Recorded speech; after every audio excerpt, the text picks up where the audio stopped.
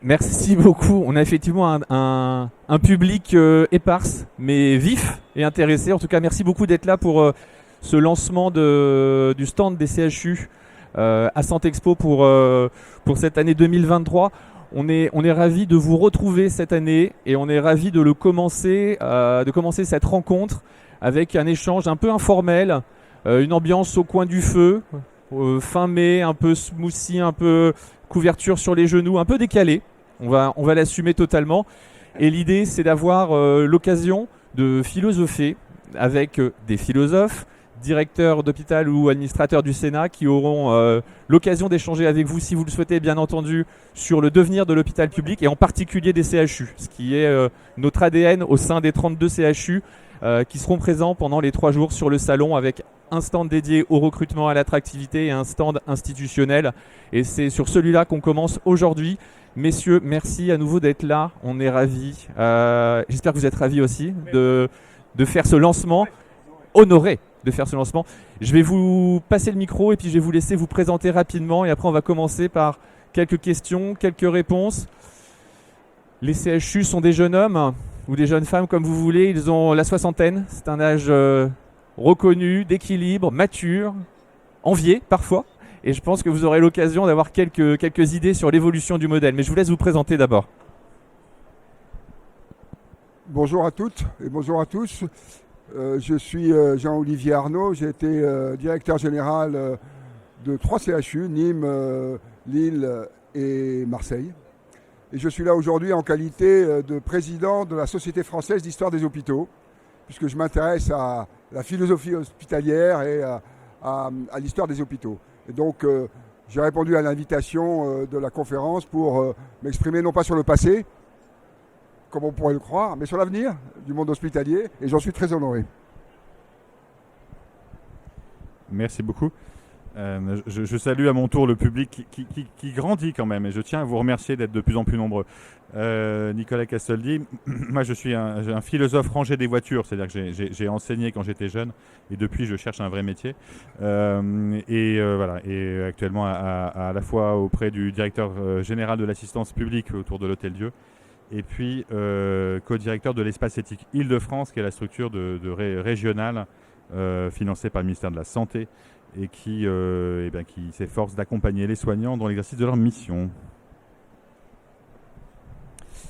Bonjour à tous, Frédéric Milerny. Alors moi j'ai un vrai métier, je suis le directeur des affaires médicales du CHU de Tours et je suis philosophe de formation.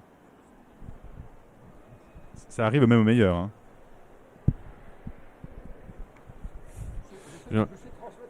Merci. Non, je remarque que vous avez l'esprit vif, vous êtes plaisantin ce matin, je m'en réjouis. J'ai une première question pour vous. N'hésitez pas, si vous le souhaitez, à échanger, à pas être d'accord. On est là aussi pour avoir un petit temps de débat sur ce qui nous semble être la bonne trame, le bon modèle, la bonne trajectoire pour les CHU. Je ne doute pas que vous avez des idées. Jean-Olivier, les CHU, en 1958, ils représentaient l'excellence et l'innovation. C'était un pari un peu démesuré à l'époque, lancé par le ministre de la Santé, et de concentrer dans des mêmes structures soins, enseignement et recherche. Ce pari-là, cet essai-là, il a été transformé. Et on sait que depuis, en tant qu'ancien directeur général de l'assistance publique hôpital de Marseille, ça a été plus que testé, et entre autres fonctions, bien entendu. L'environnement, il a énormément changé. Notamment en matière de recherche, d'innovation. On a plus d'acteurs, on est peut-être dans un milieu un peu plus concurrentiel, y compris au niveau international. Le progrès médical, il n'y a pas une journée sans qu'on ait des premières, notamment dans les CHU. Est-ce qu'en 2058, on pourra considérer que les CHU, c'est encore là où il y a de l'innovation et de l'excellence, ce qui était le pari initial de Robert Debré? Ou alors, peut-être que le modèle aura définitivement changé? Pour le CHU, le problème et la solution, c'est la santé. Notre métier, c'est la santé. Et pour faire progresser la santé, il faut évidemment beaucoup d'innovation, beaucoup de pratique, beaucoup de savoir-faire et un esprit de curiosité et de changement. Et le CHU a été fait pour ça. Le CHU a montré depuis plus d'un demi-siècle maintenant que le choix qui a été fait en 58 et qui était une véritable révolution par rapport aux anciennes pratiques médicales a été un énorme coup de développement pour la recherche médicale, la pratique médicale et la sécurité des soins. Aujourd'hui, les CHU ont grandi depuis des initiatives d'une vingtaine d'années. On connaît les deux dernières, l'IHU et les centres de compétences, les clusters. Ils se sont tous illustrés. Vous avez vu tous, comme moi, que ces institutions ont essaimé, qu'elles se sont développées et que les CHU sont passionnés par la recherche. Les infirmiers sont passionnés par la recherche, les médecins sont passionnés par la recherche et elle est nécessaire. Et les patients viennent dans les CHU pour de l'innovation, pour des nouveaux médicaments, pour de nouvelles pratiques, pour de nouvelles orientations. Donc, et ce mouvement-là est un mouvement de fond, il ne s'arrêtera pas, il continuera. Dans 30 ans, on aura encore beaucoup de recherche et beaucoup de nouvelles pratiques. Merci. On a des moyens démesurés, vous avez un micro. J'insiste là-dessus, donc vous pouvez interagir et évidemment rebondir si vous le souhaitez. Nicolas, j'ai peut-être une question en complément de celle qui a été posée à Jean-Olivier. On a l'impression qu'aujourd'hui, il y a une concurrence pour répondre aux besoins de santé, que les CHU sont engagés dans les aspirations des bassins de santé, des populations en général, pour répondre à l'intégralité des besoins. Est-ce que cette mission à princeps intangible, on a parlé pendant la crise de bouclier sanitaire par exemple, pour le rôle des CHU, est-ce que c'est compatible avec le besoin d'individualisation, le suivi au parcours, l'accompagnement du patient, aller chercher les patients les plus éloignés du soin? Il y a beaucoup de choses qui plaident pour l'individualisation des parcours. Est-ce que les CHU ont cette capacité à aller vers le micro alors qu'ils sont taillés pour des enjeux un peu de masse? Et je pense aussi aux enjeux de prévention. Voilà. Est-ce qu'on est légitime dans les CHU pour creuser le sillon de l'individu face à sa santé? Ça fait beaucoup, hein, vous avez 3 heures. Allez. Merci beaucoup de la question à laquelle je ne répondrai pas évidemment, puisqu'elle est trop compliquée, mais peut-être pour y répondre, repartir du point précédent. D'abord, cette articulation entre hôpital et université, elle est réaffirmée en 1958, c'est un sujet de très long cours, et en partie la médecine française sous le contrôle du distingué président de la Société d'histoire des hôpitaux, mais la médecine française se construit à la fin du XVIIIe, au début du XIXe siècle, par cette rencontre entre la médecine, l'hôpital et un exercice universitaire. Je dirais. Et c'est un déterminant profond, durable, de ce qu'est la médecine de pointe, son avancée, sa transformation. Et le modèle de 58, il construit une articulation entre ces deux univers, il la refonde, il relance cette dynamique, il le fait sur une base qui est ancienne, et je pense que ce couplage entre les deux, il est structurel. C'est même pas un choix politique, c'est l'assise même du système. Et pour répondre à la question, on le voit très bien au regard des enjeux qui sont en train d'émerger, c'est-à-dire que on peut se demander si telle ou telle mission est taillée pour tel ou tel acteur. La vraie question, c'est est-ce que cette mission existe? Est-ce qu'elle est utile? Et si elle l'est, comment elle peut être derrière instrumentée, outillée, travaillée? Pour prendre ces sujets populationnels, de même que pour prendre les questions de prévention, on a derrière d'abord une première question qui est comment on forge les outils, comment on forge les méthodes. Je pense que là-dessus, il y a encore beaucoup à faire et que ces outils et ces méthodes, ils vont voir le jour dans un environnement qui va être nécessairement hospitalo-universitaire. C'est-à-dire chaque fois qu'on a une vague de transformation de la médecine, de la transformation du soin, on commence par avoir une phase d'élaboration dans un creuset qui est le CHU. Donc le point de départ pour moi, il est là, c'est de se dire, je raisonne moins en termes d'offres de soins qu'en termes de capacité simplement à inventer la manière de faire. Et ça, c'est pour moi très profondément le sens même du CHU. Je reviens sur mon 19e, c'est-à-dire c'est d'être l'endroit où ces modes de prise en charge se construisent, s'inventent, se valident.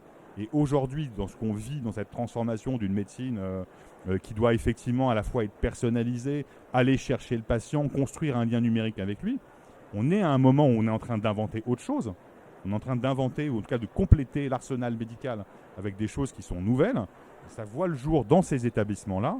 Et ça explique aussi pourquoi c'est dans cet environnement qu'on a besoin de faire venir, d'assembler un ensemble de partenaires qui vont réfléchir, travailler avec nous ces questions-là. Donc la réponse est très clairement oui à la question. Voilà. Je suis ravi qu'on ait une réponse du coup. Je ne sais pas si vous êtes totalement d'accord avec Nicolas. Je voyais vos airs un peu circonspects, messieurs, parce qu'on peut débattre. Hein, vous êtes là aussi pour ça. Voilà, je sais pas. Moi, je trouve que c'est voilà, l'innovation qui permet d'aller au plus près du patient par le biais des CHU, ça s'entend tout à fait. Ça fait partie du modèle. Moi, ça me va bien, mais on peut tout à fait considérer que non. Je sais pas. Non, tu dis rien, tu veux pas? Non, je pense à... Tu es timide? Il a peur. Frédéric, je ne sais pas si on peut aussi peut-être profiter d'avoir un petit temps de recul sur l'évolution du travail, des aspirations des jeunes générations, notamment dans les CHU. Elles ont beaucoup changé et c'est bien évidemment grâce aux équipes qu'on arrive aussi à aller au plus près du patient, comme vient de le dire Nicolas. Et du coup, on sait qu'on a beaucoup, dans les CHU notamment, d'expositions à des contingences de services publics très fortes. La permanence des soins, l'intensité des gardes, on en parle régulièrement. Je pense que le directeur des affaires médicales du CHU de Tours est bien placé pour voir en quoi ça consiste, l'intensité de certaines charges qui incombent au corps médical en particulier, mais aussi au personnel paramédicaux. Et du coup, est-ce que on n'est pas finalement dans une logique où on en demande beaucoup, on désacralise le travail, on tend les équipes et du coup, est-ce qu'un directeur des affaires médicales, il sait s'emparer de ce sujet-là en CHU? Est-ce qu'il a peut-être plus de ressources pour le faire en CHU? Oui, alors bonjour à tous. Alors en fait, la réflexion de Nicolas me faisait penser justement à la concentration qui était nécessaire pour l'excellence et au fait que c'était peut-être contradictoire avec les enjeux de territoire où en fait le degré de concentration n'est pas forcément effectivement le même parce qu'il y a toutes les infrastructures qui sont encore une fois à un même moment et qu'après elles vont essaimer dans les territoires. Et on sait que c'est pas forcément toujours le cas et c'est pas ce qui est recherché au plus près des patients. C'est pour ça que j'avais cette réflexion-là sur en fait la taille critique des CHU. Est-ce que finalement dans 30 ans on n'en aura pas 60 plus petits ramassés sur des plus petits territoires ou est-ce que finalement on restera avec des grosses machines? Ça c'est le premier point. Maintenant pour répondre à ta question, c'est vrai que il faudrait s'interroger sur des modèles de long terme en termes de style de vie au travail. J'ai l'impression que les aspirations, et les enquêtes le montrent, pour le coup elles sont plutôt convergentes. Les enquêtes soulignent qu'on a une nouvelle génération, 30-40 ans, qui veut moins de hiérarchie, plus de réappropriation des outils de travail, plus de temps, plus de valeurs sociétales à l'intérieur de leur propre emploi, leur propre institution. Voilà, l'équilibre homme-femme, les valeurs écologiques. Et c'est vrai que ça fait un panel où on sait pertinemment qu'il va y avoir un conflit comme sociodynamique entre une vieille génération avec une forte loyauté vis-à-vis de l'institution et une capacité à endurer des conditions de travail qui sont taillées pour les CHU, quoi. Grosse permanence des soins, complexité des prises en charge, recherche. Et on sait que quelque chose est en train de bouger. Donc ça, c'est la première question, c'est-à-dire est-ce qu'on n'a pas constitué des CHU taillés pour un style de travail qui n'est plus celui qui est souhaité par les nouvelles générations? Parce qu'encore une fois, des augmentations de demandes de temps partiel, des abandons dans les écoles de formation, des demandes de disponibilité dans les parcours HU, fait que petit à petit, le temps de travail en tant que capital dans un système de production comme le soin diminue. Et il diminue d'autant plus que pour remplacer les personnes qui commencent à réagir à leur temps de travail, on a une pénurie de personnel médical et paramédical. Donc on sait très bien que 4 personnes qui demandent à travailler 20% de moins, on ne trouvera pas forcément une personne pour combler ce temps-là. Un départ à la retraite, vous connaissez maintenant l'équation 1 départ à la retraite d'un vieux médecin égale 2 nouveaux praticiens pour le remplacer. Et c'est vrai que dans les territoires, j'ai vu des personnes qui faisaient des astreintes tous les week-ends par habitude depuis 30 ans. Et pour remplacer la personne qui part, effectivement, il va falloir trouver 2 personnes pour la permanence des soins, etc., etc. Donc en fait, ce qu'il faudrait se dire, c'est que la génération des 30-40 ans va donner le là pour la nouvelle en 2058 qui viendra sur le marché du travail et qui sera en accord avec des nouvelles valeurs qui sont des valeurs beaucoup plus équilibrées. Et moi, ce que je perçois en tant que directeur des affaires médicales, c'est qu'on a maintenant une réflexion sur la pénibilité qui rejoint encore une fois la réappropriation du travail par le temps de travail et notamment les exercices partagés entre le CHU et les plus petits centres hospitaliers parce que les jeunes professionnels, encore une fois 30-40 ans, ne souhaitent plus passer à 100% leur activité dans une grosse machine dont le rythme, on le sait, est beaucoup plus soutenu que dans les centres hospitaliers, on a plus le temps de la prise en charge. Donc c'est vrai qu'il faudrait penser dans 30 ans le modèle qui sera légué aux nouvelles générations et qui seront peut-être, encore une fois, plus équilibrés, plus en accord avec les valeurs sociétales, mais peut-être qui viendront en contradiction avec la logique de production des CHU qui s'est mise en place depuis 30 ans. Ça, je pense que c'est un vrai bouleversement de fond. Et on n'a pour le moment pas tous les outils pour l'accompagner. Mais c'est vrai qu'au quotidien, il faut le prendre en compte. Pour aller dans le sens de ce qui vient d'être dit, je crois qu'il faut se rendre compte que la période qui est la nôtre aujourd'hui est assez notablement différente de celle que nous avons connue, nous, pendant 20 ans, 30 ans, qui était une période où le chômage était important. Et aujourd'hui, au fur et à mesure qu'on approche du plein emploi, on s'aperçoit que le marché du travail est devenu très concurrentiel et que les soignants, les médecins, les infirmiers ont une offre de choix bien plus large, une offre de métier bien plus large au niveau de la formation, et une fois qu'ils ont cette formation, une offre d'employeurs bien plus large. Autrement dit, alors que l'hôpital pouvait offrir des valeurs, un intérêt fort, cette offre-là ne suffit plus, elle est contestée, elle est comparée et elle est mise en valeur avec d'autres éléments qui sont importants. Donc le fait que le marché du travail soit aujourd'hui complètement différent de celui que nous avons connu a des conséquences qu'il faut bien mesurer et qui ont été exprimées tout à l'heure très, très brillamment par mon collègue. Ça, c'est la première. Et pour nous, c'est très, très nouveau. Hein. On a eu pendant 30 ans des gens qui venaient spontanément vers le monde hospitalier des médecins ou des soignants et qui aujourd'hui demandent à être convaincus aujourd'hui pour venir et pour rester. La deuxième chose que je voudrais indiquer, c'est à propos de la prise en charge territoriale et de la recherche. Au fond, ce qui s'est passé en 1958, c'est que tout d'un coup, l'État a dit le monde de la santé, le monde des hôpitaux, c'est une affaire d'intérêt général et l'État va s'en occuper. Ça avait commencé après les années d'après-guerre, après 1945, lorsqu'on a eu les grands bouleversements issus de la résistance. Et 1958, ça a été le point d'orgue de ce changement. Et tout d'un coup, la santé est devenue une affaire d'État, au sens lourd. Et depuis, les CHU sont à la recherche des attentes de l'État et de l'intérêt général. Et aujourd'hui, l'attente, c'est la recherche, c'est la mission territoriale, c'est la prise en charge, comme on dit, populationnelle. Mais au fond, est-ce que c'est très nouveau par rapport à ce qui avait été avant ? Et c'est évidemment le renouvellement des motivations et de l'organisation du travail. Et puis,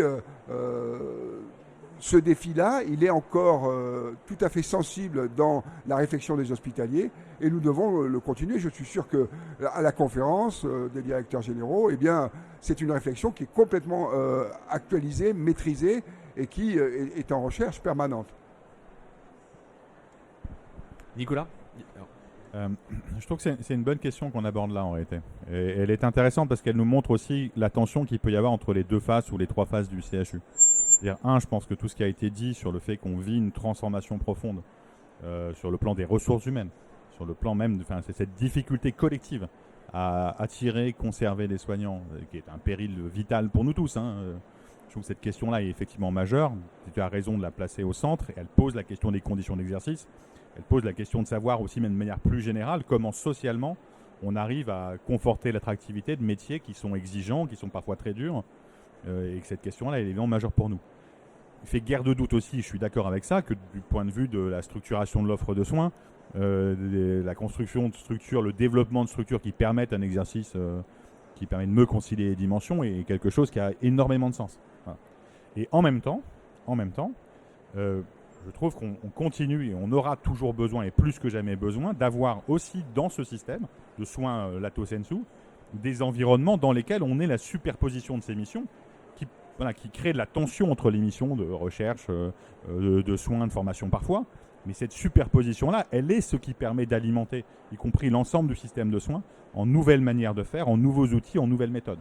Et en parallèle de ce mouvement, de cette tension, de ce mouvement-là, on peut regarder aussi ce qui se passe sur le plan des politiques de recherche au sens large. On vit depuis 20 ou 25 ans une tendance qui est une tendance de la politique de site portée par le ministère de l'Enseignement supérieur de la Recherche, que je connais un peu, qui place au centre du paysage les universités versus les organismes, et avec une question pour moi qui est comment, dans cet environnement-là, l'articulation entre le CHU et son université, ou entre l'université et son CHU, se construit et se nourrit. Dernier commentaire, et je pense que arriver à bien articuler les deux dimensions est indispensable, c'est-à-dire c'est pas parce que le CHU est le lieu où les outils et les méthodes se construisent que le CHU serait le lieu où le soin devrait in fine toujours être dispensé. Et je pense que la confusion entre ces deux questions est un des problèmes qu'on a collectivement. C'est-à-dire que quand bien même les choses, et elles doivent diffuser et s'aimer, c'est une évidence, on a besoin d'avoir des endroits où les choses se construisent. Quand l'ANEC invente le stéthoscope à Necker, il prétend pas aller ausculter tous les patients de France. Je veux dire, il invente juste le stéthoscope. Et une de nos questions aujourd'hui, c'est comment on invente les stéthoscopes du 21e siècle dans un environnement qui est différent et avec une révolution médicale qui a commencé. Et c'est mon dernier point. C'est-à-dire que le dernier paradoxe, ou pas d'ailleurs, c'est de se dire que cette question du côté des ressources humaines, elle intervient à un moment où on commence à vivre une transformation, une nouvelle transformation de ce que va être l'exercice du soin dans un environnement où entre la démultiplication on va dire de tous les nouveaux outils, la capacité à construire un lien avec le patient qui passe par des outils digitaux qui s'imposent un peu partout, plus derrière la vague de fond côté données, il y a un truc de nouveau qui se construit. Et il fait guère de doute que d'une manière ou d'une autre, on sera forcément aux avant-postes de cette révolution-là. Oui, je voulais juste dire deux choses. La première, c'est que en fait, on réfléchit beaucoup en termes de valeur ou d'organisation des soins, mais c'est vrai que généralement, on réagit aussi en gros à l'état du marché, quoi. Là, l'institution n'a plus la main puisque les soignants et le personnel médical sont en rapport de force en leur faveur. Donc c'est vrai qu'on s'adapte à ce qu'on peut récupérer en termes de ressources sur un territoire, et on va penser les organisations pour les 10 prochaines années qui vont être des années difficiles en termes de démographie soignante. Mais peut-être que si on commence à prévoir l'avenir dans 20-30 ans, le rapport de force sera à nouveau à la main de l'institution, on pourra essaimer plus. Et ça, c'est des exercices de prospective qui sont un peu compliqués. Maintenant, d'un point de vue des valeurs, il faudrait, je pense, ce qu'on a un peu du mal à faire, c'est qu'on a traditionnellement l'impression que le sens à l'hôpital est inné, que la mobilisation et l'engagement est total. En ce moment, on nous dit « j'aime venir à l'hôpital, mais c'est pas le sens unique de mon existence, quoi. » C'est plus un engagement total, et c'est vrai qu'il faut qu'on puisse modérer un peu les ambitions en termes de valeurs, parce qu'on sait que ça fait naturellement sens de venir travailler à l'hôpital public, mais pas que. Et ce « mais pas que » devient assez important. Mais pas que j'ai ma famille, mais pas que j'ai mes passions, mais pas que je veux y retrouver mon engagement écologique. Moi, j'ai vu un entretien d'un médecin qui me disait « mais qu'est-ce que vous faites en faveur de l'écologie ?» C'est quand même la première fois qu'on me pose une question en dehors du type de contrat que j'allais faire et sur quel échelon je pouvais le positionner. Mais je trouve ça intéressant de se dire qu'il y a quand même un narcissisme, il faut être honnête, lié au travail, qui pousse les individus à vouloir s'y reconnaître avec satisfaction et non plus à avoir la contrainte de l'équipe, du service, de la permanence des soins. Pas que les contraintes, quoi. Il y a une histoire de projection qui fait que dans le recrutement, ça devient assez sensible de savoir qui est la personne en face de nous, comment elle vit, comment elle veut s'y retrouver. Et on peut mettre d'ailleurs toutes les actions en place. Peut-être que dans 2 ans, elle voudra faire le tour du monde et revenir, et on n'aura pas le choix de lui dire « mais bien sûr, c'est pour votre équilibre, on vous attend en 2026, etc. etc. » Donc il y a une forme de perturbation dans l'aspect monolithique qu'on pouvait penser du recrutement, qui est en ce moment effectivement assez importante depuis quelques années. Et peut-être que ce modèle-là, il va perdurer d'ailleurs dans 30 ans. Peut-être que ça sera ça dans les futurs CHU. Au fond, la question qui nous est posée, on voit bien que le CHU, l'institution, se transforme. La question, c'est pas tellement comment le transformer, mais quelle position on adopte, nous, pour regarder, découvrir ces transformations. Comment est-ce qu'on va favoriser l'auto-transformation des CHU? Comment est-ce qu'on se met à l'écoute nous, des transformations que nous impose la société, le monde extérieur. Comment est-ce qu'on essaye d'en profiter, de les valoriser, de les accompagner et de les faire éclore au sein des CHU. C'est ça, au fond, le vrai problème de la gouvernance, semble-t-il, si on prend un accent un peu philosophique ou managérial, je ne sais pas. Mais notre position à nous, c'est de dire, avec les uns et avec les autres, comment faire en sorte pour que cette nouvelle mutation qui s'est amorcée et qui va continuer, qu'il faut essayer de poursuivre, et qui est la suite de toutes celles qui l'ont précédée, comme dirait l'autre, dans l'histoire, eh bien, comment faire en sorte que nous puissions favoriser ces évolutions territoriales en ressources humaines, numériques, ça a été effleuré tout à l'heure, sont des révolutions importantes qui doivent nous servir et qui doivent nous rendre probablement un peu plus modestes, un peu plus à l'écoute et plus attentifs aux transformations internes. Merci beaucoup, merci beaucoup. Nicolas, Frédéric, un dernier mot peut-être en rebond? Oui, je pense que... D'abord, je trouvais que la discussion était vraiment intéressante. Donc, je remercie mes camarades de table ronde matinale. Je trouve qu'une des questions qu'on a derrière tout ça, ce qui vient d'être dit est extrêmement juste. On voit aussi en même temps, on a à la fois cette demande de vie personnelle qui est à la fois une réalité légitime, qui pose la question derrière, encore une fois, de savoir comment on sait construire ces carrières-là. On a aussi de l'autre côté des jeunes générations de soignants, de médecins qui sont demandeurs de plus en fait. Mais pas plus de soins, plus de recherche, plus d'innovation qui en fait vous posent la question de tout ce qui pourront être dans leur environnement. Et ça existe aussi. Et ces deux mouvements sont un peu synchrones et c'est pas totalement d'ailleurs, c'est pas si surprenant que ça en réalité. Et ça nous pose la question, et je trouve qu'une des grandes questions qu'ont des grandes structures ou des grandes institutions, c'est comment on sait être plusieurs choses à la fois. Comment on arrive à avoir une diversité de missions, une diversité de positionnement, comment on arrive à être aussi serein sur le fait qu'on n'est pas catégorisable, qu'on a plusieurs, qu'on fait plusieurs choses à la fois, qu'on sait articuler des dimensions. Et cette question, elle nous est posée à la fois collectivement, dans la diversité des CHU, et elle nous est posée individuellement dans la manière dont chacun de ces CHU articule ces différentes dimensions. Je pense que cet exercice-là, il faut aussi s'y livrer, et la discussion qu'on a eue là me semble permettre d'avancer sur ce chemin-là. Mais à la fin des fins, encore une fois, cette diversité-là, pour moi, et des missions et des structures, elle n'est pas une faiblesse. Et politiquement même, elle ne peut pas être une faiblesse. Et on va dire la concevoir, la connaître et la revendiquer, pour moi, c'est une force collective. Oui, mais on a encore 2 heures. Génial. Non, mais juste, ça me faisait penser à quelque chose. Je pense que d'un point de vue de l'idéologie managériale, ce qui nous désarçonne maintenant, c'est que pendant 10 ans, les responsables, que ce soit les directeurs, les chefs de pôle, les responsables, on leur a dit c'est vous qui incitez à la transformation. Or, on a depuis quelques années, en vérité, une transformation qui est là sous nos yeux, qu'on maîtrise beaucoup moins, il faut être honnête. On a moins les processus en tête. Et donc, c'est vrai que je pense que l'avenir, c'est aussi un peu plus d'humilité, de se dire, c'est un peu ce que tu disais, là, il y a une phase de grande écoute, où on ne fait pas semblant, où c'est pas forcément dans notre intérêt, parce que cette phase-là, elle est très importante pour effectivement dessiner des transformations qui seront plutôt communes dans les 10-20 prochaines années. Mais merci beaucoup, merci beaucoup. On m'a dit c'est fini. Non, mais on me dit que la sécurité du salon va venir vous évacuer. Donc là, on a largement dépassé. Merci beaucoup parce que, mine de rien, en dehors d'avoir annoncé les grandes thématiques des 3 jours qui seront évoquées sur le stand des CHU, sur les stands des CHU, vous avez rappelé que le modèle était solvable, mais sans aucune langue de bois. Et en concluant sur le fait qu'il n'y ait de richesse que de femmes et d'hommes. Donc merci beaucoup. Ça fera plaisir à Jean Baudin. Merci à vous, messieurs, d'avoir pu vous libérer. C'était très riche et on vous dit à bientôt. Merci encore.